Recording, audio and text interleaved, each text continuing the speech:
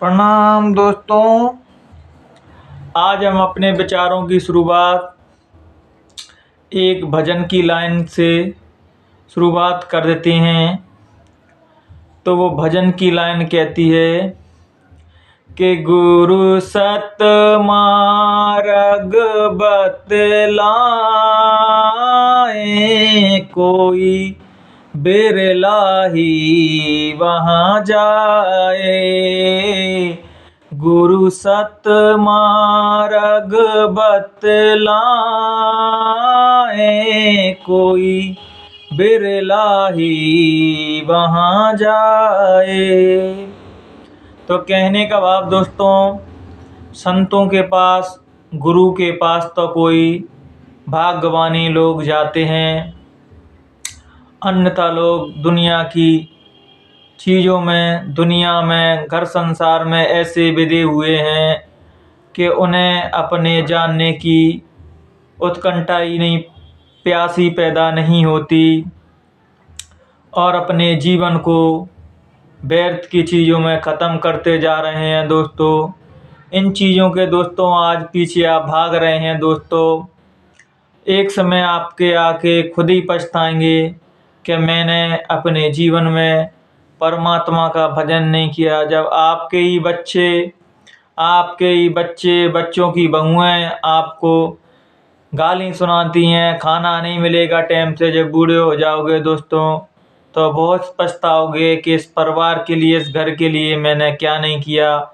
और तब भी मुझे ये घर वाले पूछ नहीं रहे हैं, मुझे किसी प्रकार का मेरा ख्याल नहीं रख रहे। दोस्तों, तो मैं सबसे यही अनुरोध करूँगा कि आप अपने जीवन में सब काम करते हुए भी परमात्मा का स्मरण, गुरु का ध्यान, परमात्मा का भजन जरूर करें। तो मैं एक सूफी किताब पढ़ रहा था, वहाँ में एक शायरी आई थी। तो उसमें शायरी ये कह रही थी कि खुदा की प्यास तो कुछ लोग, भाग्यशाली लोगों के अंदर होती है, उस परम पिता परमात्मा की प्यास तो कुछ ही लोगों के अंदर होती है, बाकी तो सब रोजी रोटी की जुगाड़ कर रहे हैं। तो कहने का भाव, परमात्मा को पाने की, परमात्मा को जानने की कुछ ही लोगों के अंदर तड़पन पैदा होती है और कुछ ही भाग्यशाली लोग उसको जान पाते हैं और सब लोग तो व्यर्थ में ही अपना जीवन गंवा देते हैं। तो जब हम परमात्मा से हमारा प्रेम हो जाता है, इश्क हो जाता है दोस्तों, तो हम अपने जीवन में एक अलग ही खुशियाँ पा लेते हैं। तो जब परमात्मा हम की ओर जाने तो हर व्यक्ति में परमात्मा को देखें।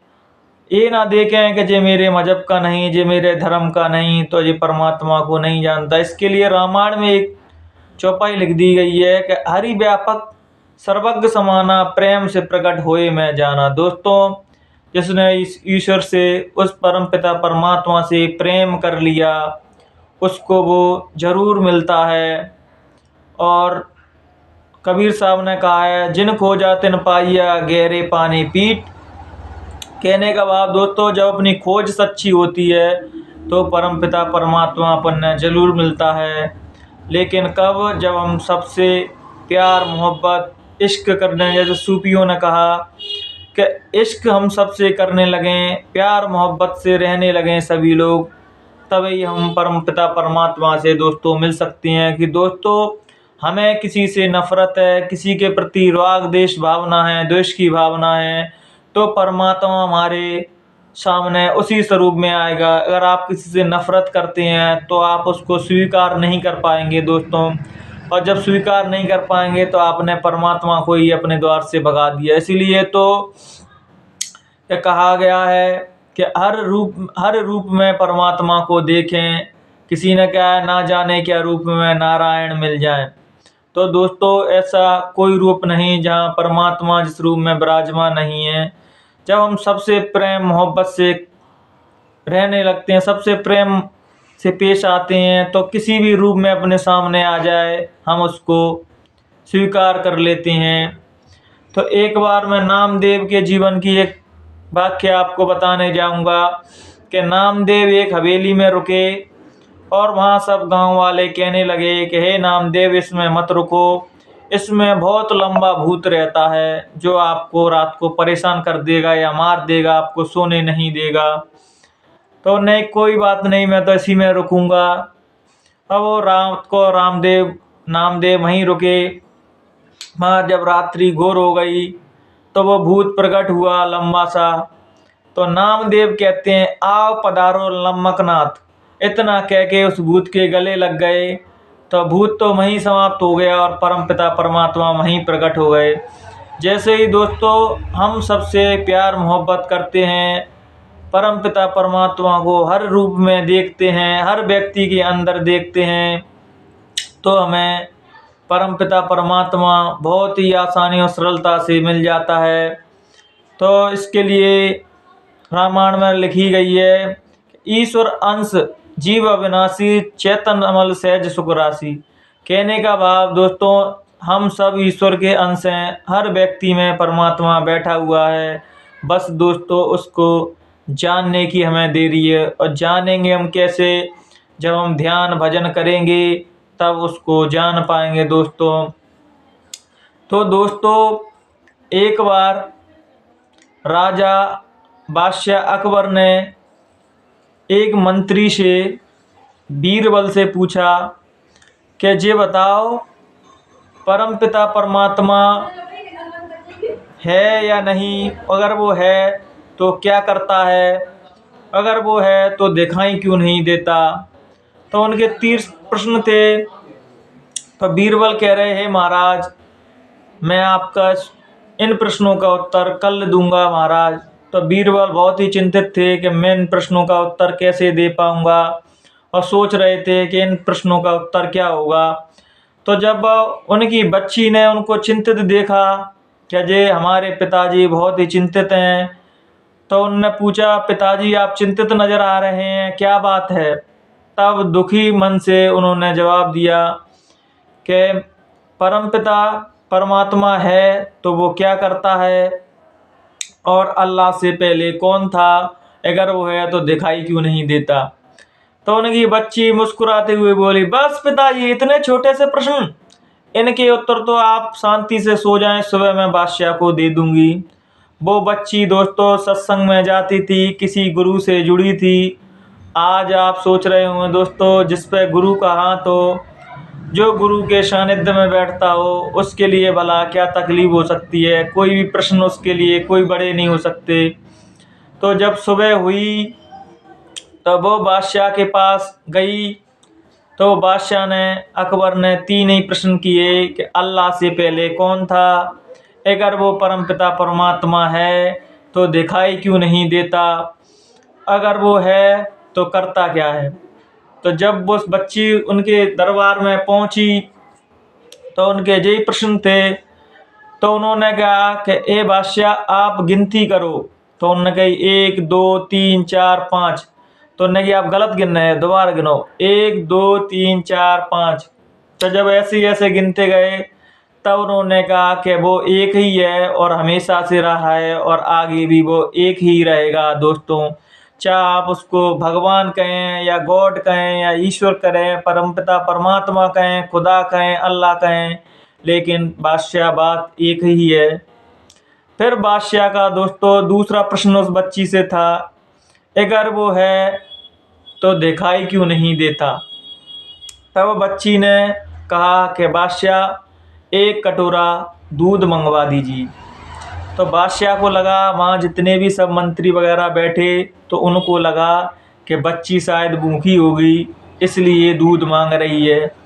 तो जब दूध का कटोरा उसके सामने दोस्तों सामने रखा तो उनने पूछा उस बच्ची ने बादशाह से, हे बादशाह इसमें घी है, क्या आपको दिखाई दे रहा है? उनने कही नहीं। लेकिन घी इसमें है या नहीं? कि हाँ घी तो इसमें है पर दिखाई नहीं दे रहा। तो उन्होंने कही कि घी निकालने के लिए क्या करना पड़ेगा? तो उन्होंने कही इसको गर्म करना पड़ेगा, ठंडा करना पड़ेगा, तचाना पड़ेगा, तब घी निकलेगा। तो उन्होंने कही ठीक बादशाह, ऐसे ही कि परमपिता परमात्मा हमारे अंदर है, सब जगह है। जब हम ध्यान भजन साधना करते हैं और साधना कर कर के तब वो बल हमारा बढ़ता है, साधना बढ़ती है, तपस्या बढ़ती है, तो वो हमें दिखाई देने लगता है और हमें समझ में आ जाता है कि परम पिता परमात्मा कहाँ हैं। और दिखाई जब हम साधना करेंगे तो हमें जरूर दिखाई देने लगेगा।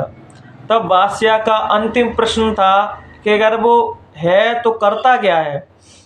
तो वो बच्ची मुस्कुराते हुए बोली कि बादशाह, मैंने आपके 2 प्रश्नों का उत्तर दिया और आपने मुझे बैठने के लिए आसन नहीं दिया। तो अकबर भी सब कुछ आया और उन्होंने कहा तो बच्ची सही रही है कि जब उसने मेरे 2 प्रश्नों का उत्तर दे दिया और मैंने उसको बैठने के भी नहीं कहा। तो अकबर ने अपना सिंहासन छोड़ दिया, उस बच्ची को बिठा दिया। तो बच्ची ने मुस्कुराते हुए कहा कि बादशाह, तीसरे प्रश्न का उत्तर मिल गया क्या। तो उन्होंने कैसे, क्या उन्होंने कि बस वो यही करता है, किसी को उठाना और किसी को बिठाना। आज स्थिति में मैं हूँ, इस स्थिति में मैं बैठा हूँ, कल कोई और बैठेगा, परसों कोई और बैठेगा। दोस्तों, इस समय चलायमान रहता है, समय किसी के लिए नहीं रुकता। जैसे कि आज कोई टीआई साहब थाने में है, कल दूसरे टीआई आएंगे, परसों दूसरे कोई टीआई आएंगे ट्रांसफ़र होने के बाद। ऐसे ही दोस्तों समय चलायमान रहता है, समय किसी के लिए नहीं रुकता। तो आपको अपने जीवन में दोस्तों ध्यान भजन जरूर करना है। जब हम ध्यान भजन करते हैं दोस्तों तो हमारे जीवन में शांति रहती है, हमें क्रोध नहीं आता, हम धीरे धीरे अपने आप को पहचानने लगते हैं, अपने मूल स्वरूप को पहचानने लगते हैं। दोस्तों, हमारी जीवात्मा परमपिता से, परमात्मा से बिछड़ी हुई है। आपने दोस्तों एक प्रश्न हमेशा सुना होगा, सभी लोगों का एक प्रश्न रहता है कि भजन में मन नहीं लगता, परमात्मा के भजन में मन नहीं लगता। दोस्तों मन कैसे लगेगा, जन्म जन्मांतर से मन संसार में लगा हुआ है, तो परमात्मा में दोस्तों एकदम मन नहीं लग जाएगा। जब धीरे धीरे भजन करते हैं तो हमारा मन एकाग्रित होने लगता है, मन सधने लगता है। तो किसी ने क्या खूब कहा कि धीरे धीरे रे मना, धीरे सब कुछ होए, माली सींचे 100 घड़ा, ऋतु आवे फल होए। कहने का भाव दोस्तों, जब धीरे धीरे हम साधना करने लगते हैं, पहले 10 मिनट, 20 मिनट, आधा घंटा, 40 मिनट, 1 घंटा, जब ऐसे ऐसे समय बीतने लगता है दोस्तों, तो आपके बहुत सारे घंटे, 4-5 घंटे निकल जाते हैं भजन में। जब हमें रस आने लगता है दोस्तों, पता ही नहीं चलता। जब तक रस नहीं आ रहा, इसलिए अपना मन नहीं लग रहा। जैसे ही अपन को अंदर का रस आने लगेगा, परम पिता परमात्मा का नशा अपने ऊपर चढ़ने लगेगा दोस्तों, तो अपना मन भी लगने लगेगा। और आज मैं आप सबके लिए, सभी जितने लोग हमको सुनते हो, सभी के लिए एक बात कहूँगा कि आप अपने जीवन में किसी भी लक्ष्य को भेदना चाहते हो, साधना चाहते हो, तो आप अपने जीवन में कोई ना कोई गुरु धारण करें दोस्तों। बगैर गुरु के हम किसी भी लक्ष्य को प्राप्त नहीं कर सकते, चाहे आध्यात्मिक हो दोस्तों, चाहे भौतिक हो। जब हम हमारे जीवन में कोई गुरु आ जाता है, सिकंदर कितना बड़ा महान राजा बना, उनके जीवन में अरस्तु नहीं होते तो वो सिकंदर नहीं कहला पाते दोस्तों। चंद्रगुप्त मौर्य थे, अगर उनके जीवन में चाणक्य नहीं होते तो चंद्रगुप्त मौर्य को कोई नहीं जानता।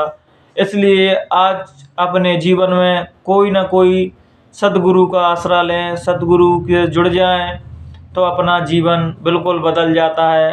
तो आज के विचारों को मैं यहीं विराम देता हूँ और अपने जीवन में एक सदगुरु की खोज करें तो अपना जीवन मंगलमय बनेगा। धन्यवाद।